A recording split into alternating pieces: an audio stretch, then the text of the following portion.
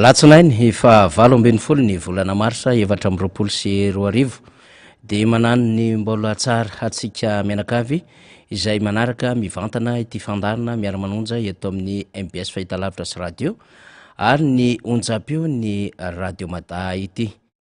Ny namana mpiara-miasa dia arabaina avokoa na ho an'ny MBS izany na ho an'ny radio Mada izay mielipatrana manerina any Madagasikara. Fa asingantsika manokana ireo teknisiana ao ambadiky ny sary sy ny feo izay mampifandray antsika amin'ity atoandro ity ka azonareo izany fandarana mivantana izany na amin'ny alalan'ny fahitalavitra sy radio iaho na amin'ny alalan'ireo tambajotra sosialy izay raisintsika amin'ny alalan'ny Facebook sy ny YouTube isika eto an-toerana na ihany koa any ampitan-dranomasina.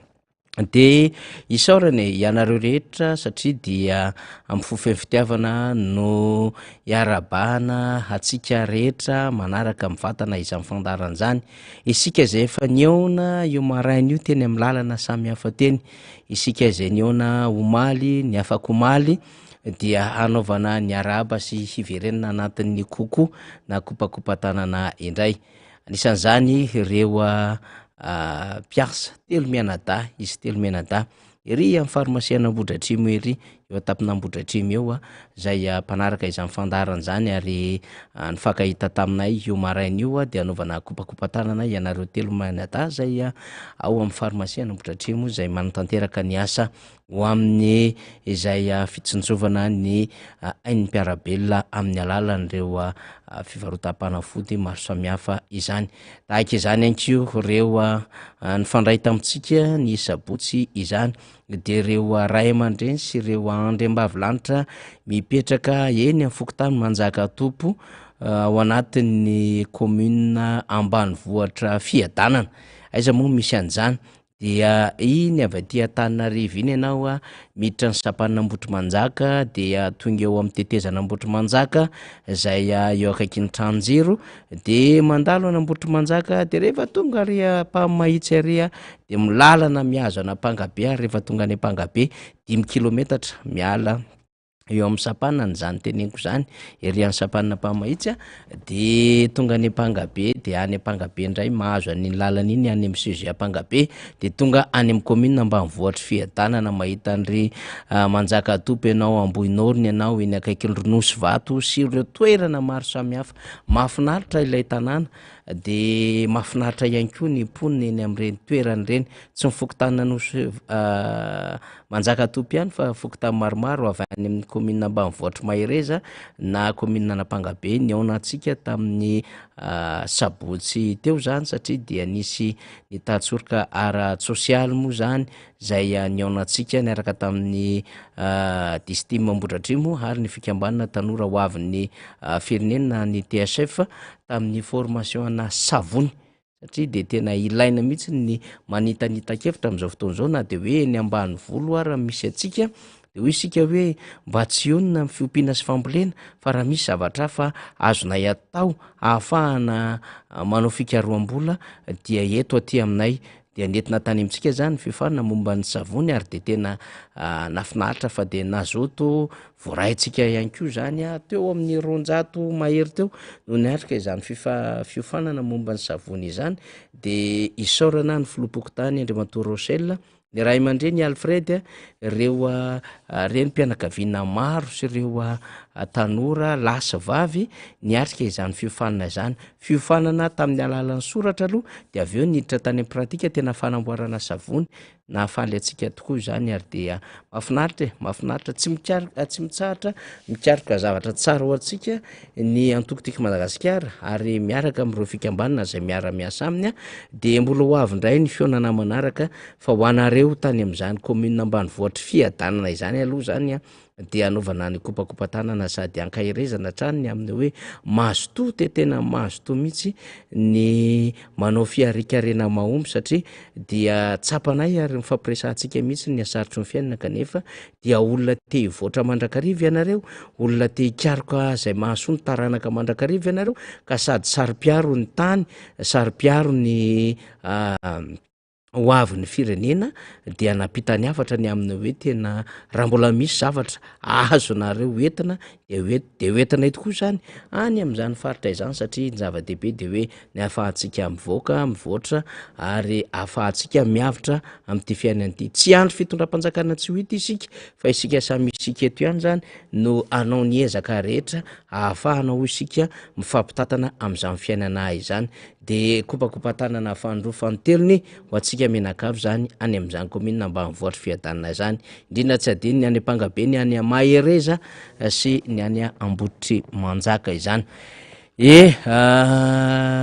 akoatran'izay moa zany betsaka aminareo no mangataka an'izany kopakopatanana sy ny hoe mba azadino zahay rehefa manolotra fandarana ianao de maro be de sahirana ihany tompoko faniriny amin'ny hoe iza no mahazo iza ny tsy mahazo fa indraindray singany kely aloha fa tena isaorako etona reo namana ihany koa zany any Sambava ry Julio zay mpanetana de eo ihany koa sady namana manao gazety mahafinaritra ry Christophe Dadazandry de tahaka izany koa ny any Antsohihy ny any Mandry Tsara ianareo zay manaraka ny MBS de tsy adino tanteraka mihitsy isika ny any Ambanjany Tareandry Lenda William de kopakopatanany mahafinaritra ny finiavantsika ary fidinana ny fotony mampahafantatra ny atao hoe vovonana firaisakina de tsara mihitsy zany rehetrarehetra izany satria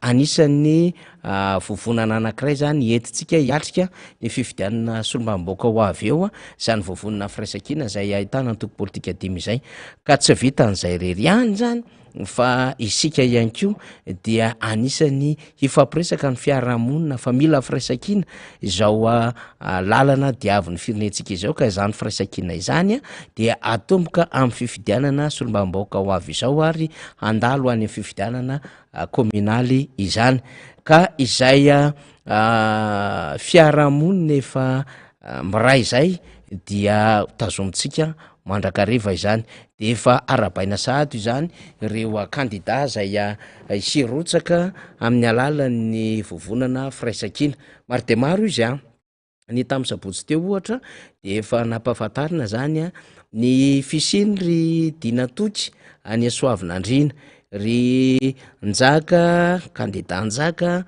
any Miarinarivo ny any Fanadina Docteur Max ny any Faratsio Iramily ny any Faratsio ny de aiza koa moa zany ndraso Faratsio Soavinandrina Miarinarivo Ifanadina efa fatapatatra koa ny any Moramanga Docteur Andry ny any Moramanga de kopakopatanina be ho any Docteur Andry sy ny ekipa rehetra ny Moramanga am'izao fotoana izao efa fatapatatra ihany koa ny any Sambava efa fatapatatra ny any aiza tokoa moa zany ny any Maintirano sy ireo faritra maro samihafa ny any Mandry Tsara de anaovana ny kopakopatanana avokoa anomezana ny fankahirezana ho atsika zay hiatrika ny fifidianana ka ny tsara ho fantatra aloha zany na manafaly raha Mananarivo zay mitondra ny fibaikona ara-teknika ao ambadika eo zany dia ho alefatsika eto zany reo kirakirana taratasy ilainy reo ampirotsaka ho fidina fifidianana solombavambaoka de nisy ny didim-panjakana tamin'ny larobia lasa teo zany zay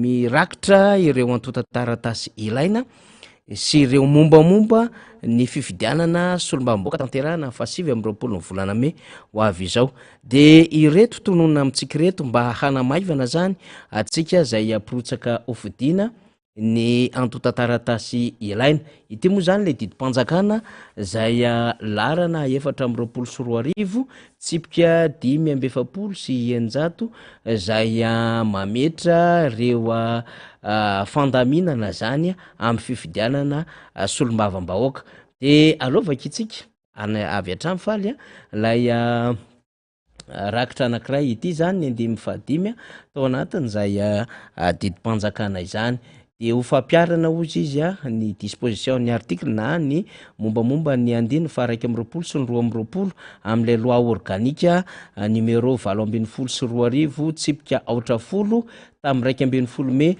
7/20 zay miresaka an'reo antota taratasy nreo pirotsaka ho fidina ny fifidianana solomamboka dia reto zany no tokony ho fantatr'reo pirotsaka ho fidina ny déclaration de candidature zany zay soniavana misy sonia ny candidat légalisé am'reo tompona ndraiky mpanjakana administrative zany na autorité administrative compétente dia eny anivo ny circonscription électorale no hanatanterahana zany zany hoe eniny am'le farim-pifidianana zay hirotsahan'ilay candidat no handraisana izay déclaration de candidature zay ho soniavina zay misy signature légalisé ny candidat izany de eo ihany koa ny déclaration collective zany na ny fanambarany ombonana ho an'reo pirotsaka ho fidina de mbola eny anivo ny circonscription électorale ihany zany indrindrandrindra ho an'reo zay misy toerana roa edivana zay ambaratsika eto zany pour les circonscriptions électorales ozy izy ayant de siège pour voir zany ho an'reo farim-pifidianana zay misy toerana roa no iadina de ho an'ny pirotsaka ho fidina ihany dia mila copie intégrale ny acte de naissance zany na copie certifiée conforme de la carte nationale d'identité de mila ihany koa certificat de nationalité malagasy daté de moins de 6 mois zany hoe mila n'lay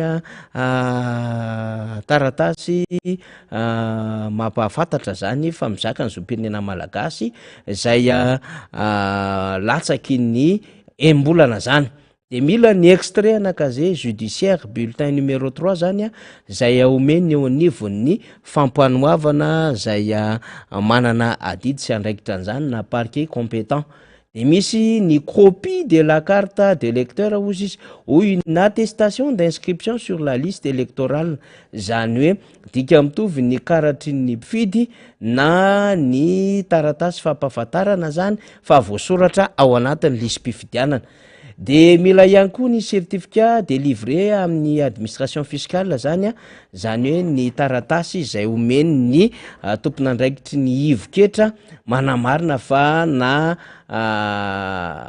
vita hatsakany sy andavany tamin'ny adidy momba ny etra obligation fiscale sy momba an'reo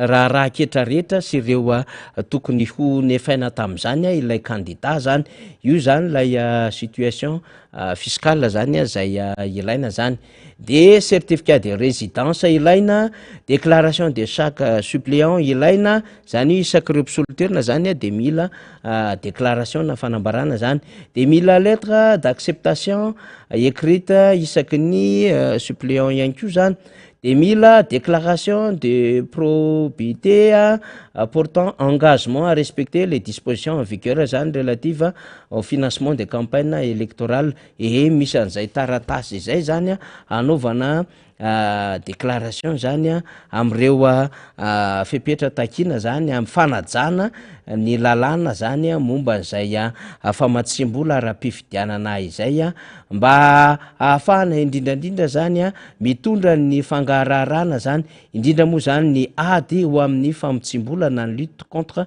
le blanchiment zany de capitaux sy ny ady amin'ny kolikoly de mila ny attestation d'investiture zany avy any amina parti politique légalement constitué de iny moa zany efa fantatsika moa zany attestation na investiture zany efa manomboka miparitaka zany ho an'ny firaisakina zany zay efa netitsika matetitetika tamin'ny fandaratsika izany de ao anatin'ity mazava tsara ny attestation d'investiture ozy izy par un parti politique légalement constitué zany zany avy amina antoko politika anankiray zay mitsangana ara-dalàna na par une coalition des partis politiques légalement constitués na ho an'ny vondrona toko politika maromaro izay mitsangana ara-dalàna en cas de prestation ozy izy présentation azafady en cas de présentation par un parti politique na coalition des partis politiques raha ohatra ka atolotry ny antoko politika na avy amin'ny vondrona toko politika de mila an'izay attestation d'investiture zay de mila ihany ko zany quittance confirmé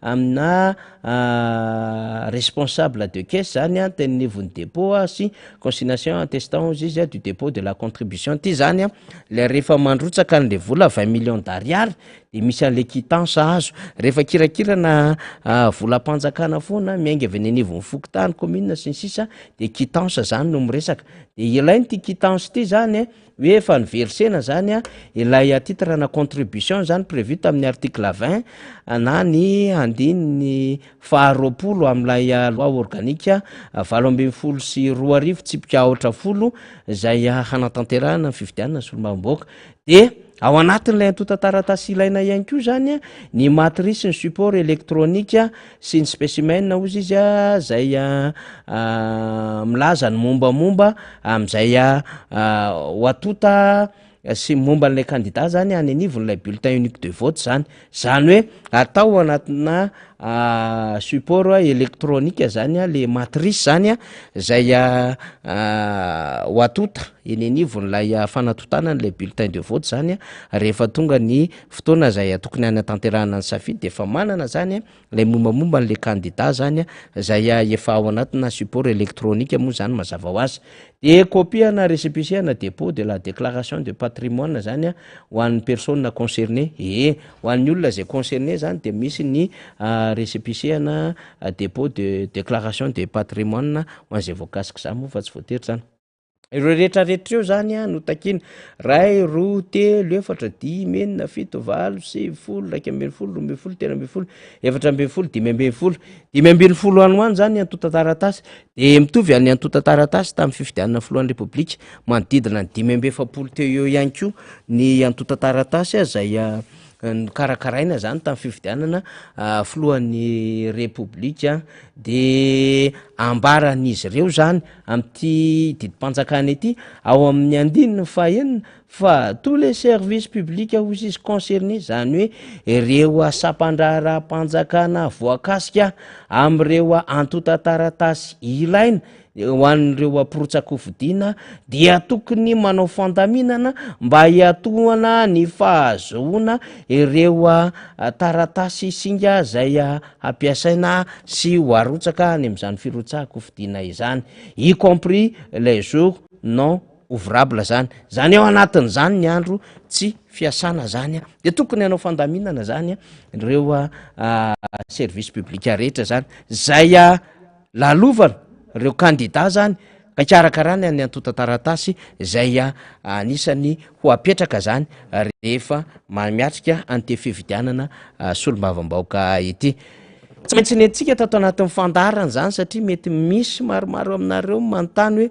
fa inona daholo reo antota-taratasy de ireo zany izy amin'ny akabeany misy ny avany amin'ny antoko politika le resaka hoe attestation d'investiture zany misy ireo déclaration na candidature zany de misy koa ny déclaration collective zany raha hoany am'le toerana iadivana zany zay misy seza roa de misy ny inona mo ny ao anatin'izany ny déclaration momba ny fandaniana arabola rehetra zany zay ampangarahara ny fifidianana izany fa misy tena le foroniny lay candidat pirotsakofidiana de ohatry ny efa mahazatra atsika ny acte de naissance ny CN certifié ny copie en carte électorale zavatra maromaro ny certificat de nationalité ny bulletin numéro 3 ny certificat de résidence sy ny sisa reny rehetrarehetra reny zany de ilaitsika raha ohatra zany ka tsy misy an'lay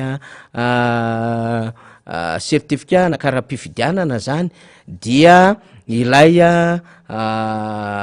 attestation zay alaina eny anivon'ny sampana zay miandraikitra ny fifidianana zany eny anivon'ny district satria ty de miresaka na circonscription électorale de hoe attestation d'inscription sur la liste électorale zany tsara na manamarika fa malalaka am'izay toerana hirotsahany ny kandida tsy misy voafaritra zany hoe satria mety mipetraka zany ny kandida anankiray ohatra hoe eto Antananarivo fa te hirotsaka izy any Midongy Atsimo de hoe tsy maintsy mipetraka any Midongy Atsimo ny adresiny sisisy tsy ohatran'izany ty zany fa malalaka rehefa madio eo amin'ny lafin'ny raharaham-pitsarana sy mahavoavaly zany andreto antota taratasy rehetrarehetra ireto indrindra moa zany rehefa nikeny ny teo anivon'ny ovaiko zany zay taratasy zany satria eny anivon'ny ovaiko zany organe manao vérification ny enregistrement ny candidature zany de ry zareo ireo rehefa aveo no ijery reo antota taratasy izany de omanina teny zao zany ho an'ireo mpirotsaka hovidiana tsara zany no afataratsika an'izay ho an'ireo mpirotsaka hovidiana esaorana Faliramananarivo ry tsika ry tanjona ao ambadika ao zany ry onja ihany koa zany zay nandefa an'ireo antota taratasy tamitsika teo ireo ivadika amina raha-pirenentsika satria mo omaly zany no 7 martsa 2024 de rehefa mahatsiaro le 7 marsa tahaka izao de mbe ao an-tsaina avy-hatrany zany le 17 marsa 2009 andro andavanandro izy zay zany de voatery namindra fahefana samy hafa mihitsy hoe nametra-pialana tsy nametra-pialana ny Filomarika Ravalomanana fa namindra fahefana tamin'ny miaramila izy noho ny fanonganam-panjakana ny fanenjehana antso-jay marobe zay nahazo azy ary fikasana hifofony ainy sy ny vady amanjana mihitsy tamin'ny 17 volana marsa 2024 de namindra fahefana tamin'ny miaramila tamin'ny alalan'ireo directoire militaire zany ka misy ireo haut gradé zay amperinasa ary zokondrindra tamin'ny grade tamin'izany fotoanandro zany no namindra ny Filomarika Ravalomanana ny fahefana araky ny kabary zay nataony teny amin'ny lapam-panjakana teny Avilo taorinan'izay moa zany de voatery tsy maintsy niaro ny tenany sy ny fianakaviany ny Filomarika Ravalomanana nanao zay nikisahana aloha any Madagasikara mba hiarovan-tena satria mafy be le fanenjehana ary coup d'état militaro civil no nisy tamin'ny 2009 zany nanomboka taty amin'ny décembre 2008 lay fiomankomanana coup d'état zay nataony be ny tanàna Antananarivo tamin'izany fotoanandro zany Andriamatoa Rajoelina Andrindrina dia nihitatra lista taty amin'ny janoary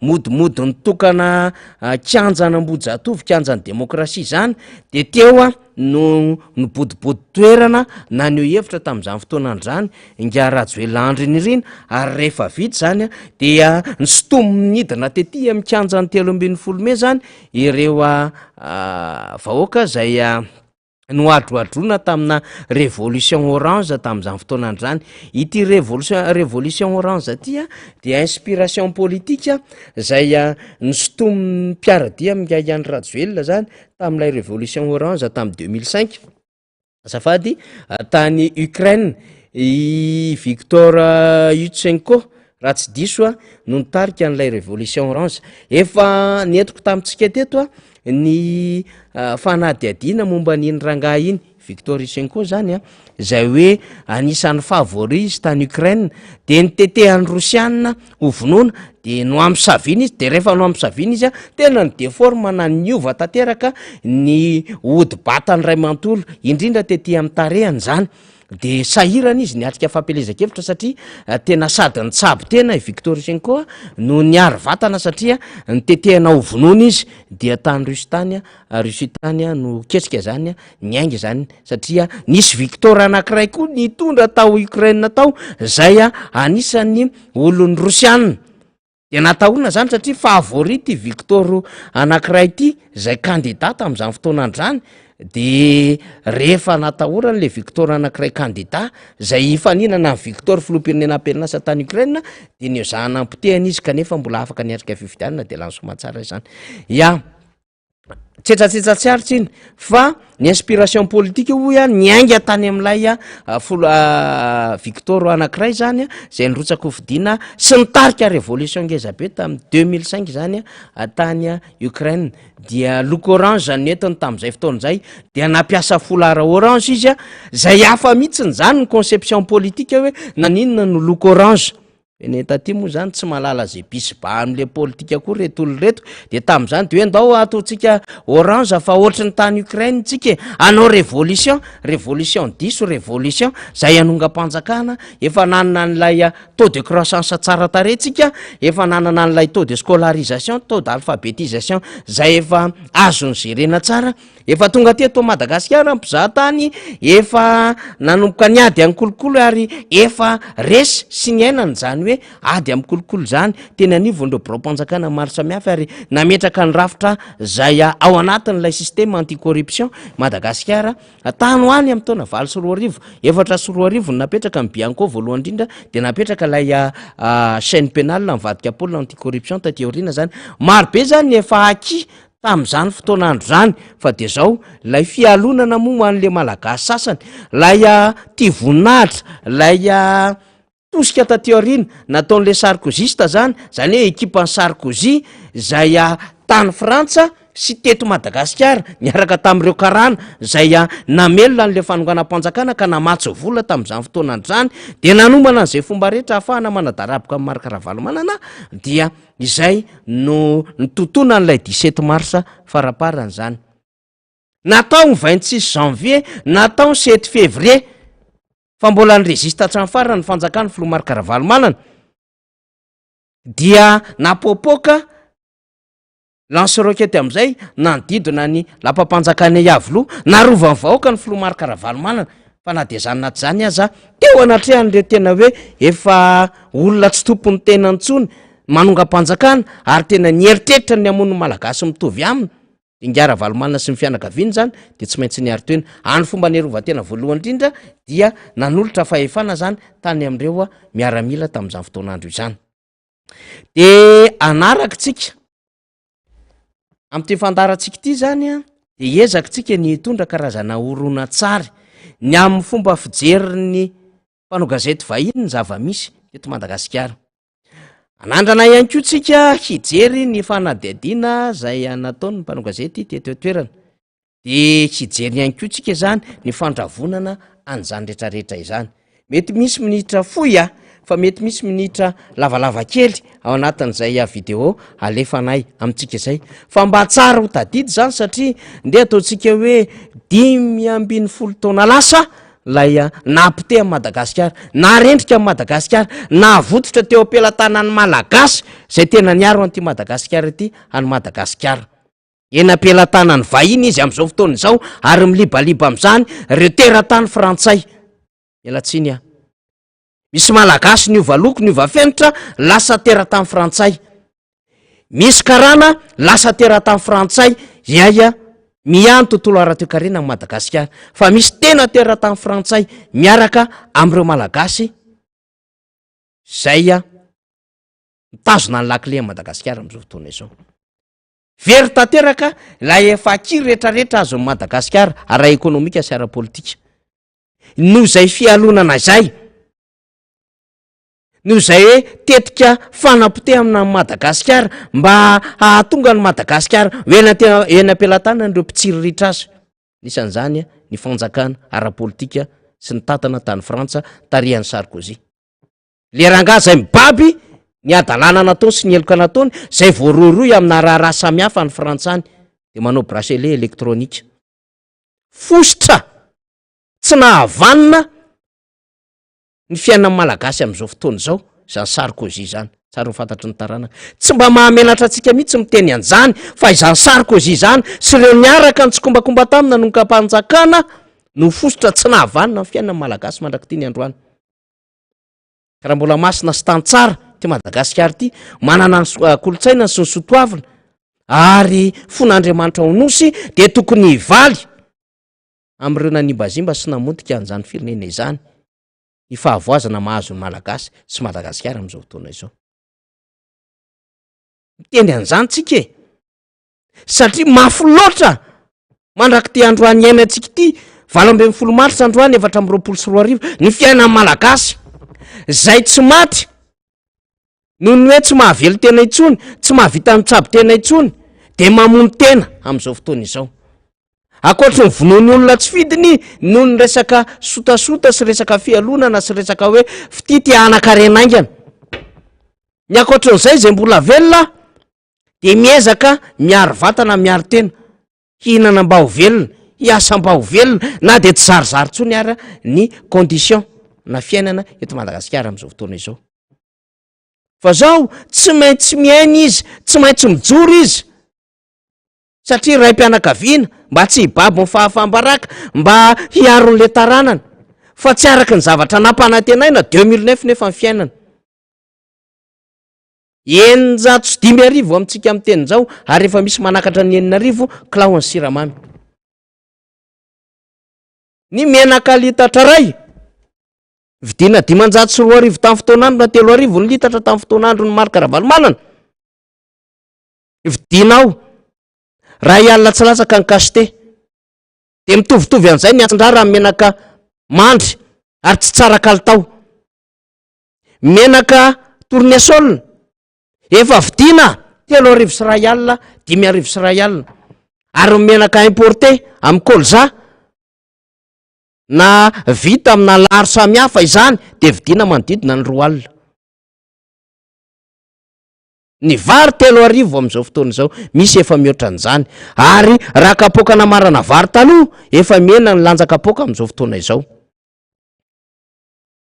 Zany hoe tena tsy nitondra fahatsaram-piainana ho an'le malagasy mihitsy iny fanonganam-panjakana iny, fa fahampitehana ara-piainana. De hatramin'izao ary moa le fanjakana miteny an'le hoe Madagasikara tsy maintsy mandroso, fa tsy mety mandroso le Madagasikara nefa bloqué, satria olona tsy tsara tsodrano, olona namotika firenena no mitantana amin'izao fotoana izao, ka na mametraka karazana slogan samihafa ary na mametraka karazana programma samihafa ary dia tsy mety tafanga mihitsy, satria mibaby sy mivesatra andamosina izy ireo ny fanapotehana sy ny fanomezana ho an'ny ampahantsy aminy reo tokony orinasa ho rehareha amin'ny malagasy hoe ny ampelantanany vahiny amin'izao fotoana izao.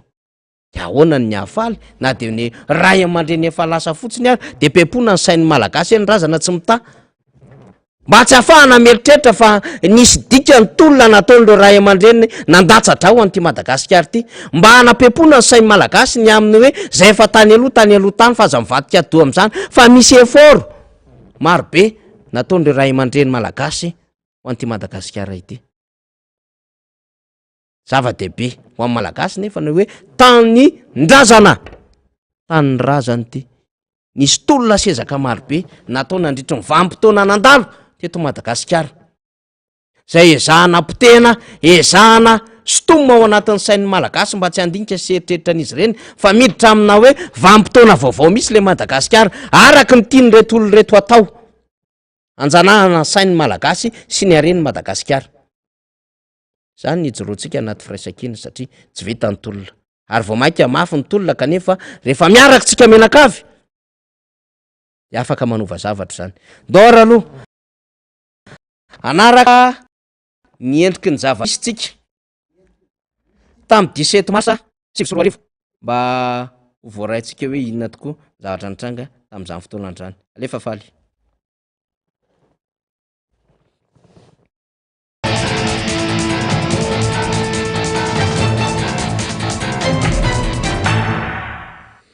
Bienvenue et merci d'être avec nous pour ce nouveau numéro de Reporter, le magazine de grand reportage de la rédaction de France 24. Direction aujourd'hui l'océan Indien et la Grande Île, c'est ainsi qu'on appelle Madagascar, ce pays grand comme la France et qui a pris son indépendance de la métropole en 1960. Aujourd'hui, Madagascar traverse une nouvelle crise politique majeure.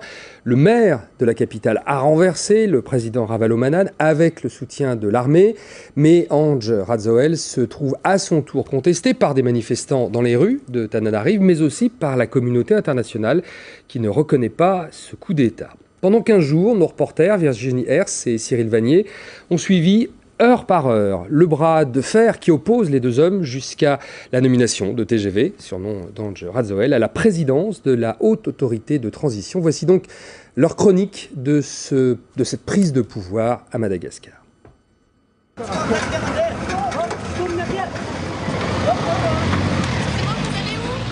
Mercredi 11 mars, à Antananarive, une partie des forces de l'ordre malgaches viennent de se mutiner contre le président Ravalomanana. Officiellement, leur mission est de rétablir la sécurité dans la capitale, mais ça ressemble à une démonstration de force.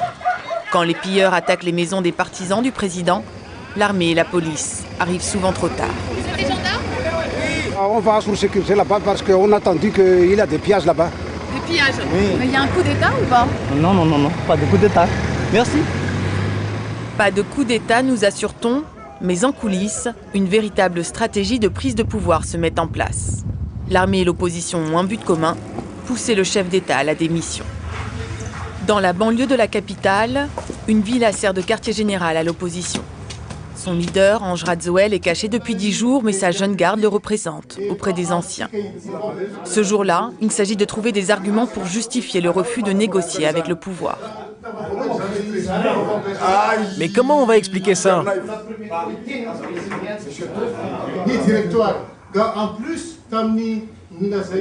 En plus, la communauté internationale disait hier qu'on provoquait le chaos.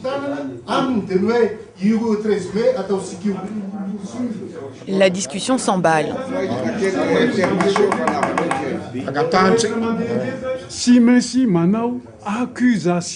Nous devons faire une accusation en règle. Il faut trouver des chefs d'inculpation. Par exemple, Ravalomanan est un criminel, Ravalomanan est un traître. Certains participants ont assisté à d'autres prises de pouvoir et sont experts en la matière. Les plus jeunes écoutent avec attention, mais ce sont eux qui prennent la parole une fois la réunion terminée. Et on compte les jours, hein, si ce n'est pas des heures.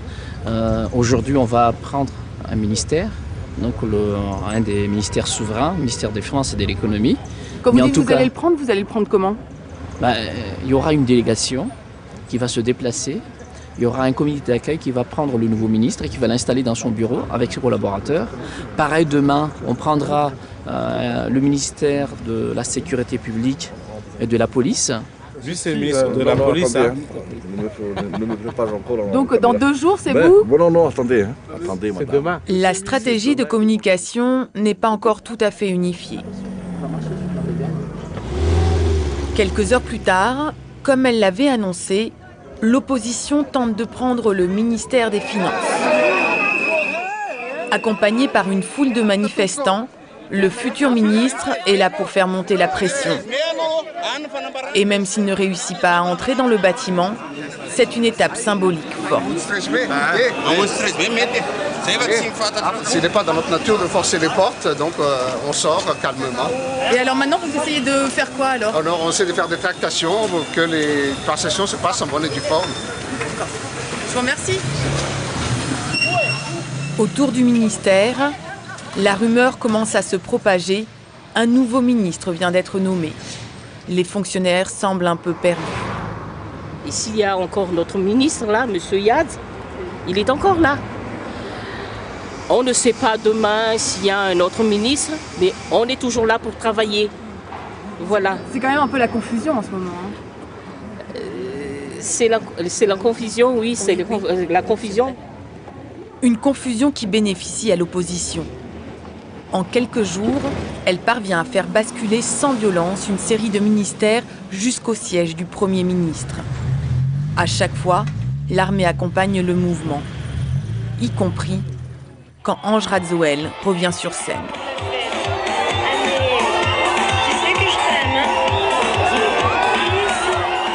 Au bout de 12 jours de clandestinité, l'ancien DJ, chef d'entreprise de 34 ans, sent la victoire imminente. Place du 13 mai, il vient galvaniser ses partisans.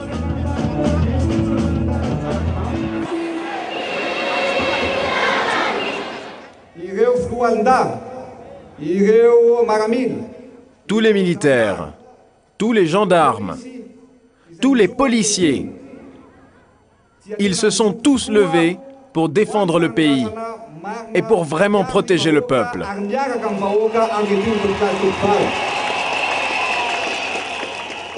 Écoutez, c'est pas du tout un coup d'État que nous sommes en train de faire. C'est le pouvoir appartient à la population. C'est la population qui donne le pouvoir et qui reprend le pouvoir. Pour la foule aussi, la victoire est imminente. C'est fini le tyran! Le tyran Ravalomanana! C'est fini! On dit que Madagascar est riche, il y a de l'or, du pétrole et tout ça. On est riche, mais les gens sont pauvres. Monsieur Ravalomanana a monopolisé toute l'économie de Madagascar. Voilà. On n'a plus besoin de Ravalomanana, oui! À quelques kilomètres de là, dans sa résidence, nous retrouvons Ange Radzoel, qui doit encore convaincre la communauté internationale. Monsieur, bonjour. Vous allez bien? Très bien, vous. Ce jour-là, l'ancien maire on s'est déjà rencontrés, vous êtes déjà... reçoit des représentants de l'Union africaine et de la francophonie. La population malgache aujourd'hui, si vous voulez, place leur confiance et leur espoir en ma personne. C'est un peu lourd. Mais pas un peu lourd, oui, c'est un peu lourd, mais c'est un devoir. C'est un devoir. Et entre nous, je ne serai pas plus nul que le président Ravalomanana.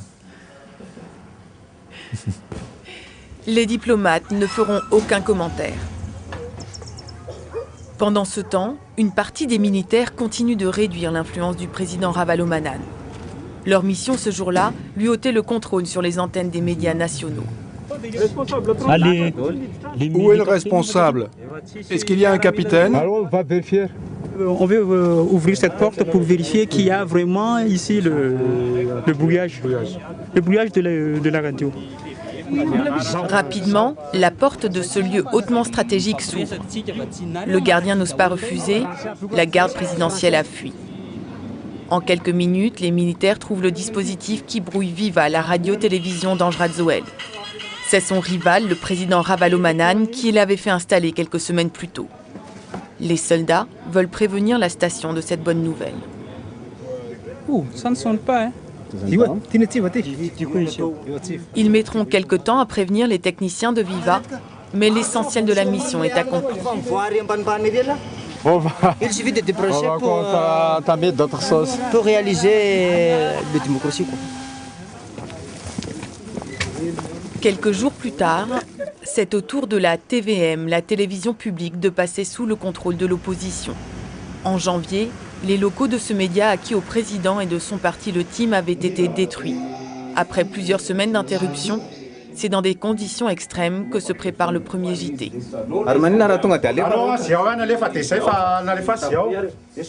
Les techniciens ont rapporté leur propre matériel et le présentateur vedette enregistre ses plateaux dans la quasi-obscurité. Il annonce l'actualité des deux camps opposés. C'est ça l'objectif, d'équilibrer un peu les infos pour que ça ne retombe pas sur nous. Parce que la TVM, elle n'était pas très équilibrée avant? Pas du tout. Pas du tout. Alors, c'est pour ça qu'on a été saccagé, pillé et tout ça, parce qu'il y avait la haine vraiment de la population qui n'avait pas accès à la télévision nationale. C'était la dictature TIM avant. On ne veut pas la dictature TGV à partir d'aujourd'hui. Et on a parlé avec le régime de transition, ils sont d'accord. C'est pourquoi on lutte pour la démocratie et la liberté. J'espère qu'Ange Radzoel et son équipe, la transition, ne va pas s'immiscer dans le journal. En tout cas, ce soir-là, avec les moyens du bord, la TVM réussit à diffuser son JT. Et personne n'appelle pour censurer les images du président Ravalomanana, qui, quelques heures plus tôt, a rejoint ses milliers de partisans. Je suis serein. Je resterai toujours au pouvoir. Je suis le président de Madagascar. Et le processus démocratique doit rester le fondamental. Les partisans de Marc Ravalomanana ne le savent pas encore, mais c'est la dernière fois qu'ils le voient en tant que président en fonction. Je suis content de mon président de la République. Et je tiens à le dire, je l'ai élu.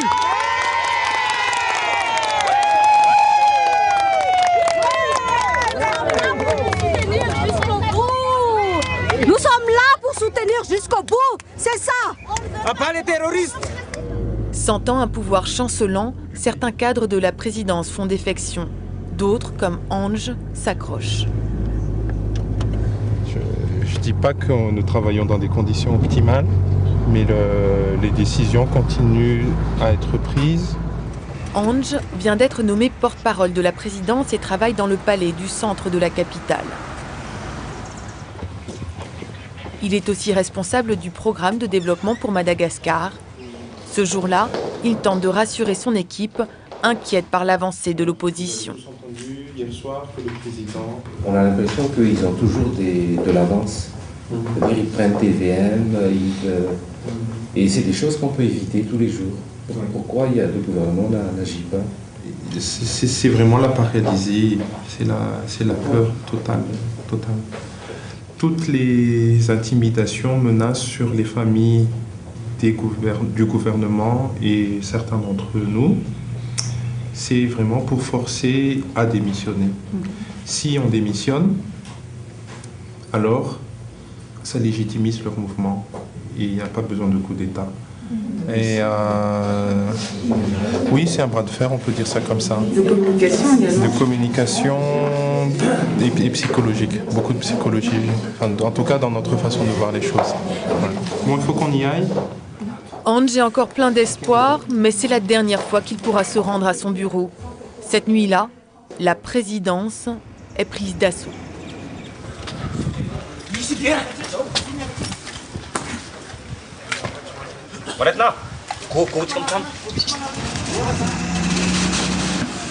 Plus de 200 hommes, soutenus par 2 blindés, attaquent le bâtiment. Les soldats sont tendus. Des tirs de sommation sont lancés. Mais en moins d'1 heure, le palais est pris sans résistance. Il a été abandonné. Notre mission, c'est de conquérir ce palais-là. Conquérir le palais? Oui, oui. D'accord. Et qui vous a donné l'ordre? Quoi? L'ordre, ça vient de qui? Bon, l'ordre vient de l'État. Mais pas du président Ravalomanane, quand même. C'est pas le président Ravalomanane. Ravalomanane n'est plus président. Du moins, plus président pour longtemps. Le lendemain, Ange Radzoel investit officiellement le palais. L'euphorie gagne l'assistance qui apprend en parallèle la démission de Marc Ravalomanane.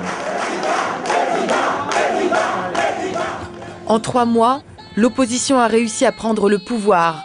Mais pour combien de temps? À Madagascar, les présidences sont fragiles et les crises politiques s'inscrivent dans la durée. Et on retrouve maintenant en plateau Virginie Hertz qui revient de Madagascar. Bonjour Virginie, vous avez donc couvert pour France 24 ce coup d'État qui ne dit pas son nom. Je voudrais d'abord qu'on s'intéresse à celui qui a pris le pouvoir, qu'on découvre dans ce reportage. Souriant, jeune, il a l'air sympathique, mais aussi assez inexpérimenté. Comment expliquer cette fulgurante ascension et ce surnom qu'on lui a donné, TGV?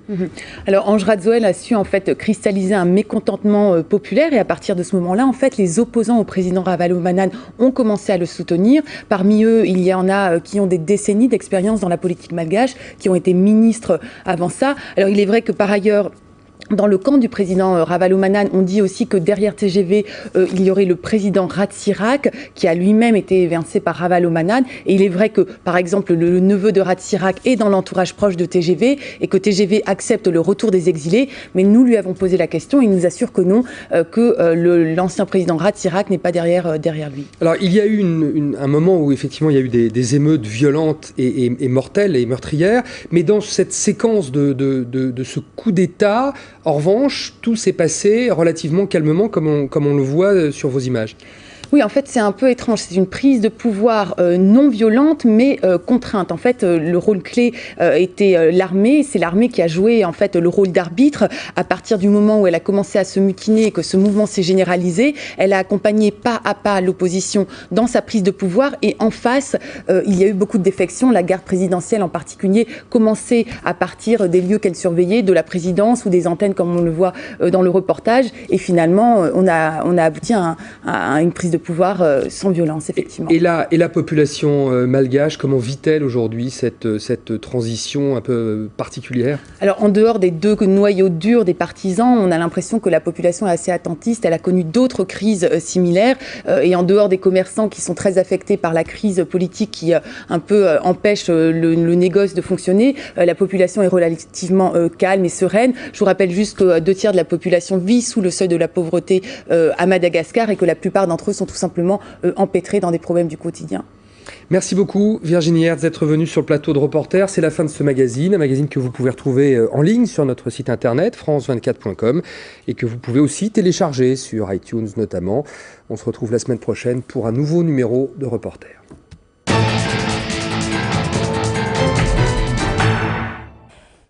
Ya, mbola atao anatin'ny fandarantsika fa zagaga akory tsika hoe to tapitra ve ny fandarana satria misy miantso raha mandreny be mihitsy miantso azy zay anaovakopakopa tanany eto tsy mbola tapitra akory ny fandarantsika fa notsarovantsika tamin'iny fanadihadinina tao amin'ny Virginia Hertz iny zay mpanao gazetin'ny France 24 raha tonga teto Madagasikara ny fandarantsika ho fahatsiarovantsika zany lay 17 ny volana Martsa 2022 rehefa zorintsika le lalan'le izy rehetrarehetra de tao anatiny zay hoe lalan'ny fanonganam-panjakana izay le lalan'lay Andry Rajoelina sy ireo mpiaradia aminy ary nanangana an'ilay fanjakana Tetery Zamita fa fantanina mipetraka de hoe lay zavatra nitakina tamin'izany fotoana andrany ary nampanantenaina an'ireo vahoaka teny ankianjan'ny 13 Mey firy amin'izy ireny tena tanteraka amin'izao fotoana izao ary nanahoana le fiainan'ilay malagasy izay tamin'izany fotoana andrany talohan'ny 2022 sy le fiainan'ilay malagasy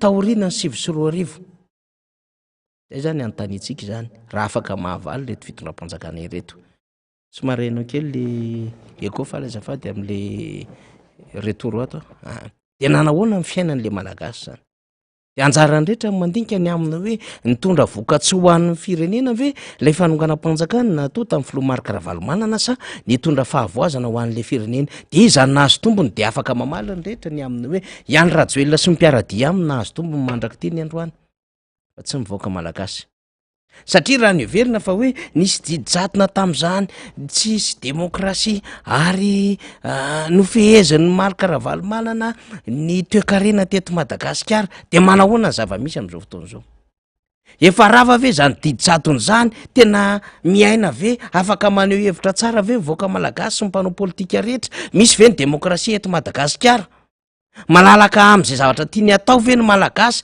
indrindra raha hidina an-dalambe indrindra raha aneho hevitra amin'ny zavatra mety tsy fahafaliany amin'ny mitondra fanjakana na hoe de efa malalaka any rehetra ve afaka anehoana hevitra ny haino manjery mpanjakana sy ny amina hoe tena misy ny libéralisation amin'izao fotoana izao tsy misy zany satria raha ohatra ka nienjehana tamina resaka monopolisation ny filoha Marc Ravalomanana sy hoe manafangaro ny fitantanana ny raharam-panjakana ny fitantanana ny orinasana manahoana ny zava-misy amin'izao fotoana izao tena libéralisé tanteraka ve ary raha libéralisé de tena misy entreprise gasy société malagasy ve afaka miaina tsara amin'izao fotoana izao afaka manao fifaninanana tsara amina resaka produit zay miditra eto Madagasikara na vokarina eto Madagasikara ary tena ena ampelantanan'olona maro be tokoa le tontolo ara-toe-karena fa tsy hoe malagasy ray na roa sy karana vitsivitsy no mitantana azy ary raha libéralisé lay resaka tsena ho an'ny eto Madagasikara de vidina ny vidy mora ve ireo entana rehetra satria mazava ho azy misy lay compétition na prix na fifanana n'lay prix zany rehefa malalaka ny tsena de voateo no teny tamintsika hoe ny menaka tompoko vidina $1,000 ny litatra faramora ary manodidina 13 000 ariary 15 000 ariary ny litatra menaka kasite farany tsotsotra amin'izao fotoana izao de za tsy mitanisa tsony zay zavatra tadiavin'ny fiainana andavanandro anatin'le PPN za tsy mitanisa tsony anatin'lay secteur maro samihafa satria ny rehetra de mahalala amin'izao fotoana izao hoe ahoana ny zavatra iainan'lay Madagasikara sy ny toerana misy azy ankehitriny fa raha tsorinalista de zao révolution diso révolution feny fitaka slainga na ampitsiboana an'ilay malagasy le Madagasikara de io rendrika io le firenena amin'izao fotoana izao miady larina ty migisitra foana ary vao tamin'ny herinandro itsika no nitondra ny indisy misy amin'ny Madagasikara indisy na amin'ny lafin'ny télécommunication sy ny resaka teknôlôjia zany ny indisy amin'ny lafin'ny kolikoly sy ny sisa ny entintsika daholo zany rehetrarehetra izany Zany hoe zay zavatra efa mba azotsika zany ka nahatsara toerana Madagasikara talohan'ny 7 satria eo foana manko ny référence économique atsika ny tazomina 7 satria teo nisy fanjakana ara-dalàna élu démocratiquement ny taty amin'ny 7 tsy kotitsika tsony satria efa fanonganam-panjakana ny taorinan'izay. Donc fanjakana tsy ara-dalàna zany no nitsangana taoriana ny 7 de hitantsika tamin'ny horonan-tsary teo tena coup d'état militaro-civil.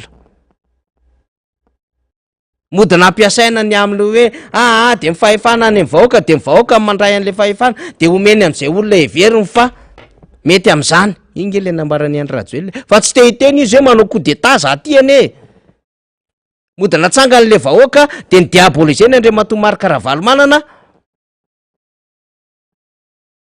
tena nahelo daholo zao resaka lainga sy tsao rehetrarehetra zao entina antontona ny Marc Ravalomanana sy mifanjakana tamin'izany fotoana andrany. De niraikitra tao am-pony le olona nentina teo amin'ny kianjan'ny 13 zany tamin'ny taona 7 de iny résultat hitantsika. Nanampy tao anatin'ilay coup d'état andehana miaramila vondro tafika miaramila teto Antananarivo de tanteraka le coup d'état.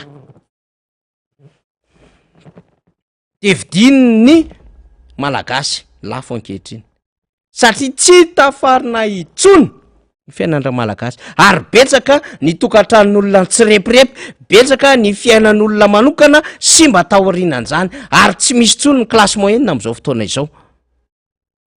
Fa lasa aty amin'ny farany ambany manodidina mantra ny ankamaroany le malagasy.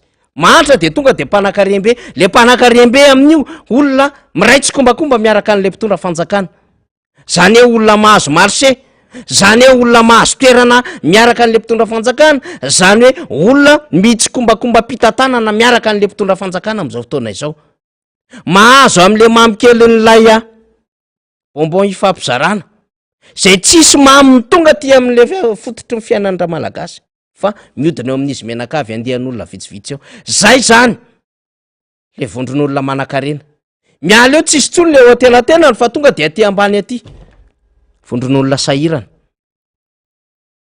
Raha mitady le hotelatenany zany de manao effort betsaka mihitsy hoe aiza le classe moyenne de inona no anasokajina ny fisiny zay classe moyenne zay. Ravo zany taoriny 7 tsy amony tsy mahafantatra olona nanana asa tsara na mahatsetana ny fitondram-panjakana fournisseur entrepreneur tamin'ny fotoanandro taloha amin'ny 7 nanana orinasa kely talohan'ny 7 afaka nindram-bola tany amin'ny banky taloha amin'ny 7 nanana ONG afaka mivoaka sy niditra tany ampitan-dranomasina sy teto Madagasikara talohan'ny 7 nanana compte tany amin'ny banky miodina tsara talohan'ny 7 nanana fiarikarena mahomby afaka mividy fiara, afaka mividy tany, afaka nanao trano taloha amin'ny 7 izany nanam-po amin'izao fotoana izao no mivarotra composé, mivarotra lasopy sisa reny olona reny. Dikan'izay tsy nahomby zany le révolution taorian'ny 2009 matoa classe moyenne olona nanana maizy azy entrepreneur mpitatana orinasa no lasa mitondra composé amin'ny barikety varotana isaky ny ministère amin'izao fotoana izao, manangana gargote kely, manao cash point amin'izao fotoana izao, mivaro-pananana tany sy trano ary tsy manana fiarakodia intsony amin'izao fotoana izao. De miroborobo ny fiangonana zandriny satria lasa mitady famonjena, lasa mitotototo amina endri-bavaka samy hafa sisa mitady délivrance, mitady fitahina mba hanatsara ny fiainany satria tsy mahomby ara-ekonomika le firenena ray manontolo de mitotongana le fiainan'le malagasy de lasa mitady secours anenevona trano fivavahana amina fiangonana, mikaroka délivrance, mikaroka lalam-pinoana hafa mba hahafahana mivoaka ao anatin'le fantrana sy le fahasahiranana. Zany de perta ekonomika ho an'le firenena daholo zany rehetrarehetra zany. toizantsika ihany. Inona ny zavatra mitranga tamin'ny 19 martsa indray teny amin'ny episkopa tamina. De alefantsika indray zany ny rehefa avy namindra fahefana tany amin'ny miaramila tamin'ny alalan'ireo hoe directoire militaire ny Filoha Marc Ravalomanana.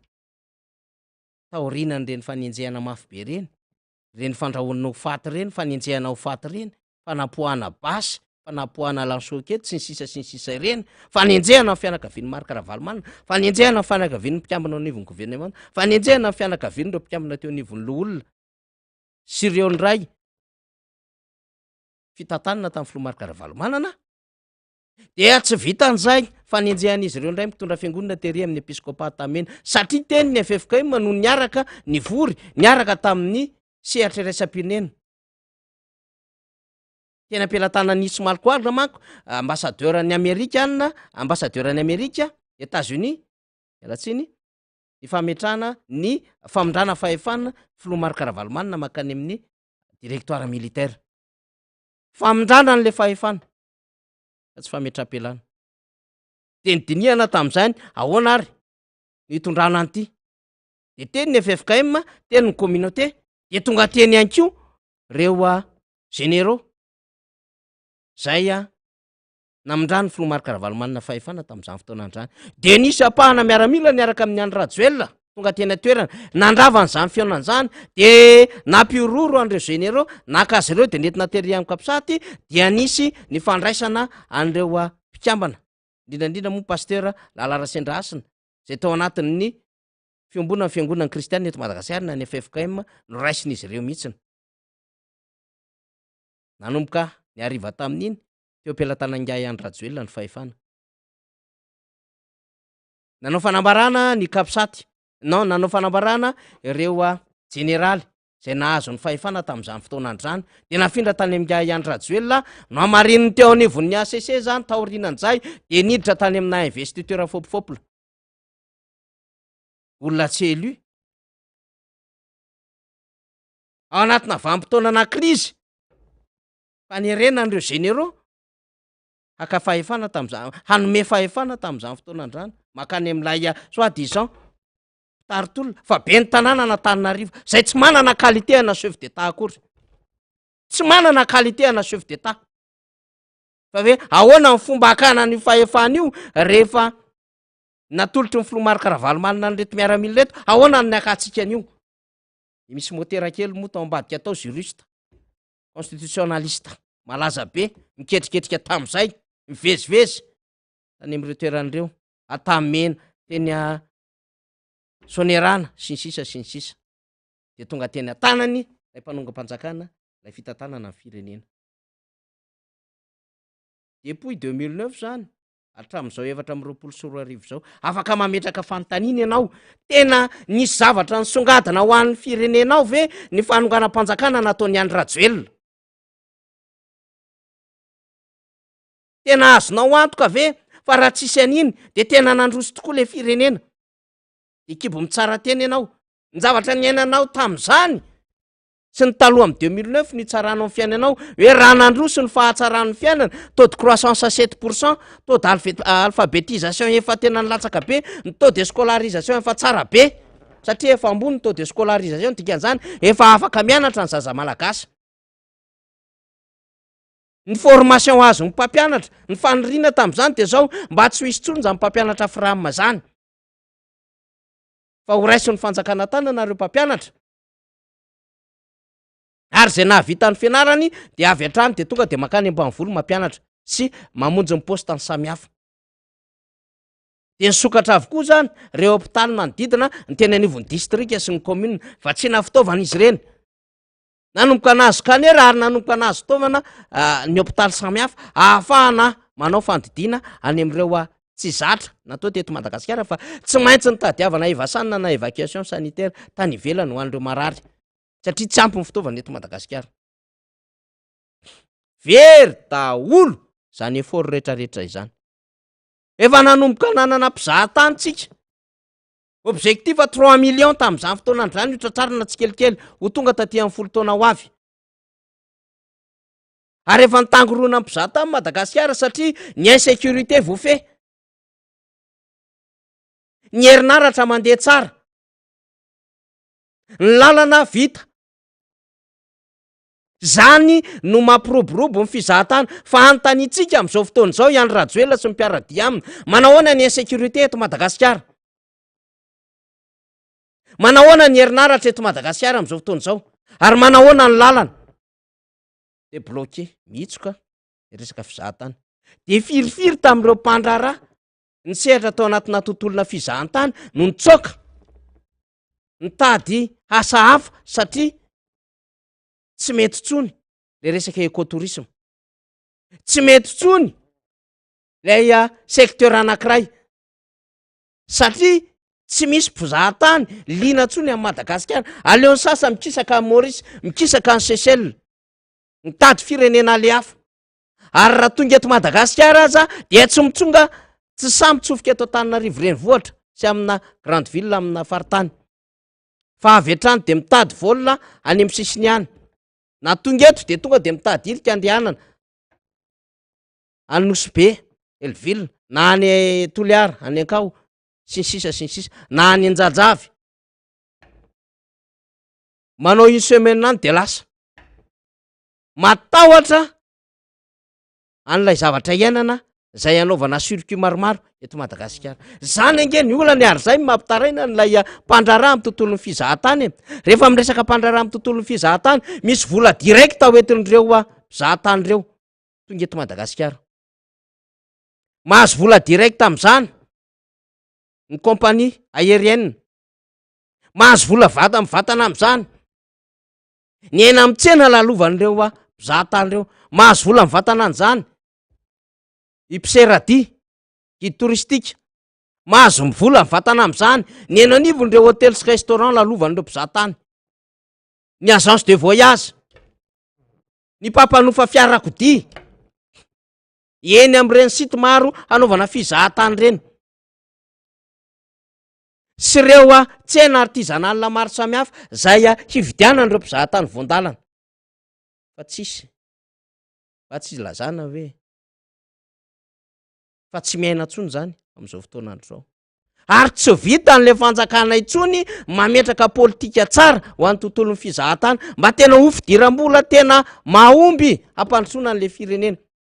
Mampandroso Maurice, Seychelles de ny tontolon'ny fizahantany, mampandroso Monaco tontolon'ny fizahantany, mampandroso any Egypte tontolon'ny fizahantany. Ireo firenena ny tany saika ireo de firenena tany ariana amin'ny Madagasikara avokoa, sainga aloha amin'ny Madagasikara amin'izao fotoana izao satria very taorian'ny 7 ny élan économique nanana Madagasikara. De ohatran'izao toe-tsaina nentina nanenjehana ray aman-drenim-piangonana, nentina nanenjehana diplomaty, nentina nanaovana tsinitsinina manamboninahitra jeneraly teto amin'ny firenena izao tamin'ny 7 no nanapotehana n'ilay Madagasikara ka nahatonga azy ho kizy fara sy mibabo ny fahafahambaraka 10 taona aty aoriana. Orana manafaly.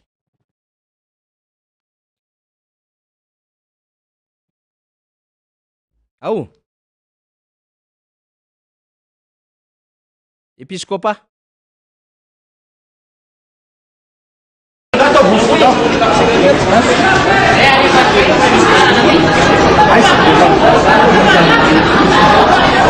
misy izy io any nanaovana azy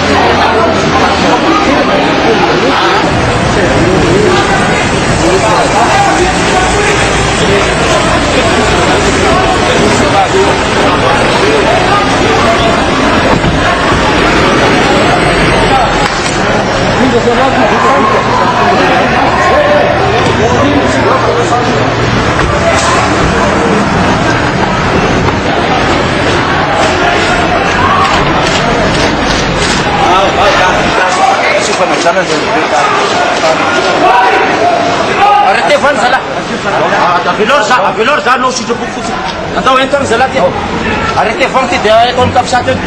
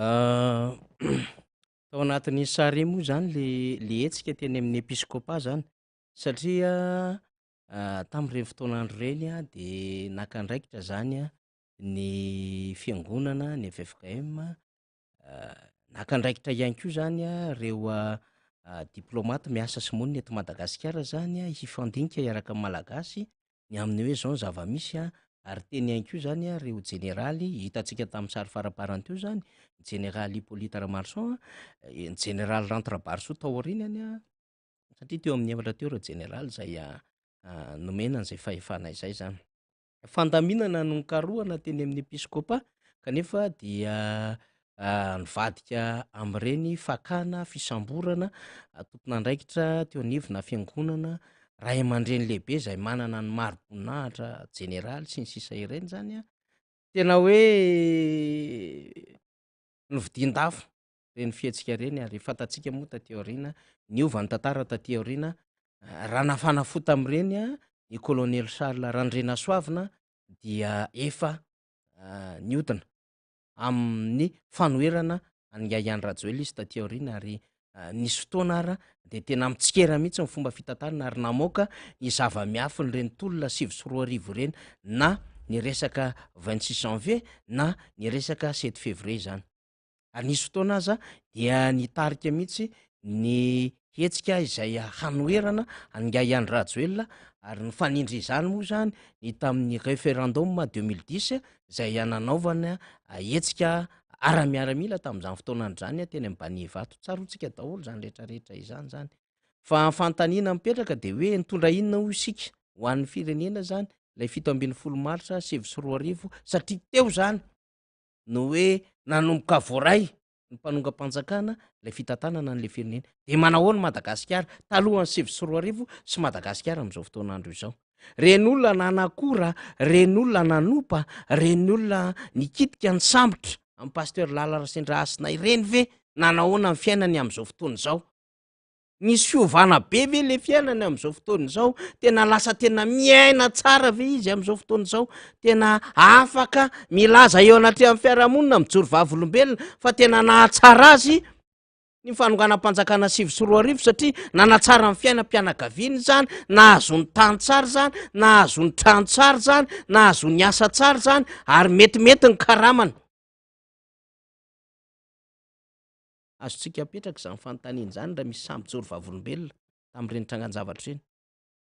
Fa mino raha ohatra tsika manontany fijoroana vavolombelona dia azotsika antoka mihitsy fa vitsy no sa hijoro vavolombelona amin'ireny.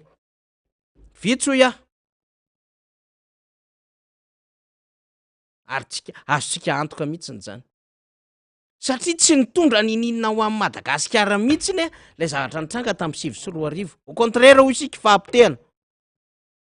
Mandraky ty androany tenenantsika teny re olona ka mbola manarina ny RNM sy TVM le fitondram-panjakana namoty e. Nitondra olona namotika ny RNM sy TVM e. Ny fitaovana lafo vidy ny eto ny fanjakana Marc Ravalomanana izay nirehary any mpiasan'ny TVM sy ny RNM tamin'izany fotoanan'izany fa anisan'ny tsara aty Afrika. So sainy andeha ny fitaovan'izany RNM sy TVM zany tsy tafaverina intsony zany. Ny trano tsara tare mijoalajoala nanana an'izany RNM sy TVM zany. Nga mbola tafaverina amin'ny tena izy zany.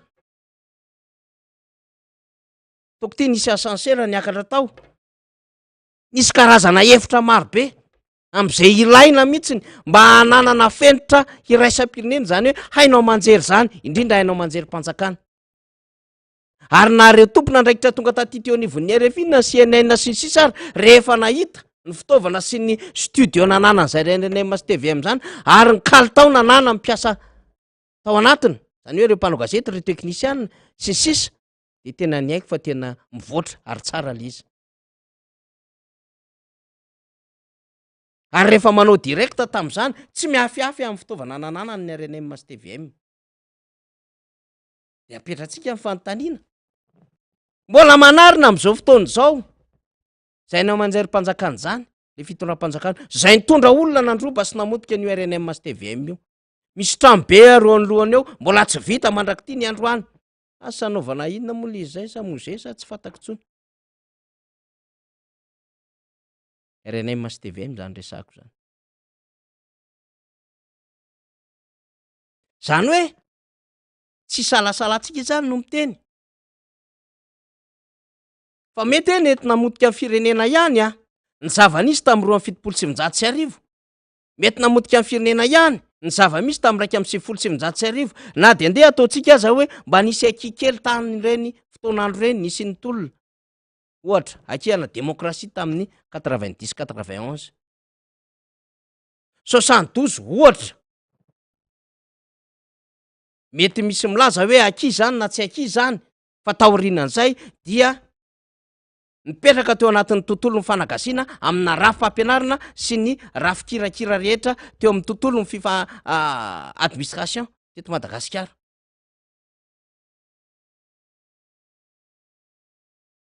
« 2002 ohatra, crise post-électorale zany. Fa voary naingany zany rehefa tonga teo filoha Marc Ravalomanana. Nienjera taty amin'ny latsaky ny firisan-jato ny taux de croissance, moins tamin'izany fotoana andrany crise 2002 fa vata min'ny voatonga tao ny filoha Marc Ravalomanana voarinaingana daholo ny zavatra tranga rehetra teto Madagasikara. Rehefa avy nandeha le élection législative tany amin'ny novembre sy décembre tany ho any, le nieverina fa deuxième tour ny élection présidentielle 2001-2002 iny. Ohatr'izany manko le zavatra eritreretintsika eo. Le élection législative 29 mai everitsika deuxième tour. De tamin'iny zany ny amin'ny hoe io deuxième tour io. Raha mahasolo-bava-maoka betsaka eo, ny Kaon'Andriamatody de Ratsiraka, Piasson Nama moa, Flora Ratsiraka efa tsy etsona. De disoina zany. Ny hetsika ara-politika nitarihan'ny filoha Marc Ravalomanana sy ny mpiara-dia aminy tamin'izany fotoanandro zany, hoe nandresy izy. Fa raha mahazo maro anisa ny filoha Marc Ravalomanana, de iny zany ny résultat ny deuxième tour. Zay ny divana hoe Andriamatoa Marc Ravalomanana sy ny mpiara-dia aminy teny ny KMMR hoe nandresy zay tamin'ny fiodinana voalohany. Andriamatoa de Ratsiraka miteny hoe tsy naharesy ianareo fa misy fiodinana faharoa. De iny élection législative iny zany considérena ho deuxième tour. Nahazo maro anisa ny filoha Marc Ravalomanana. Izay esprit zay hitsarana an'le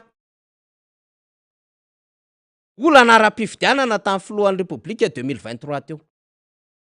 Eo mahazava-dehibe an'le fahazona maro anisa satria hojeren'ny sehatra iraisam-pirenena ary ho ampiasainy ny fanoherana niaraka tamin'ny collectif des candidats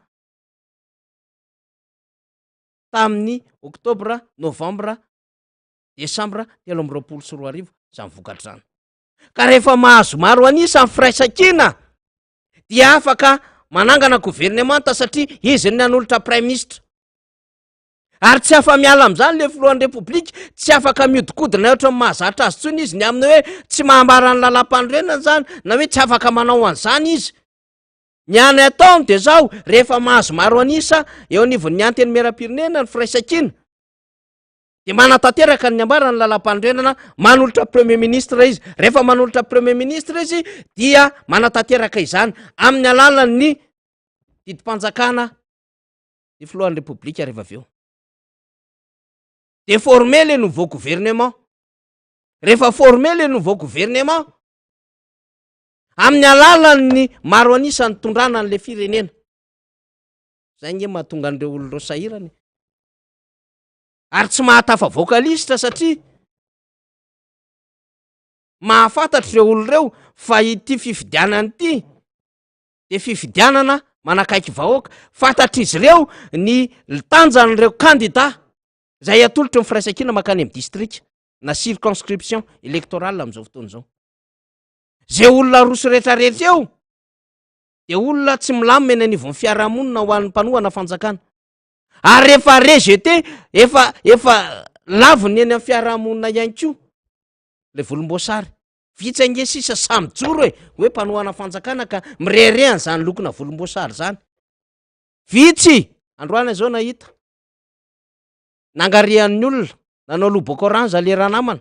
Nangarian'ny olona nitondron'olona molotra mihezan'ny olona.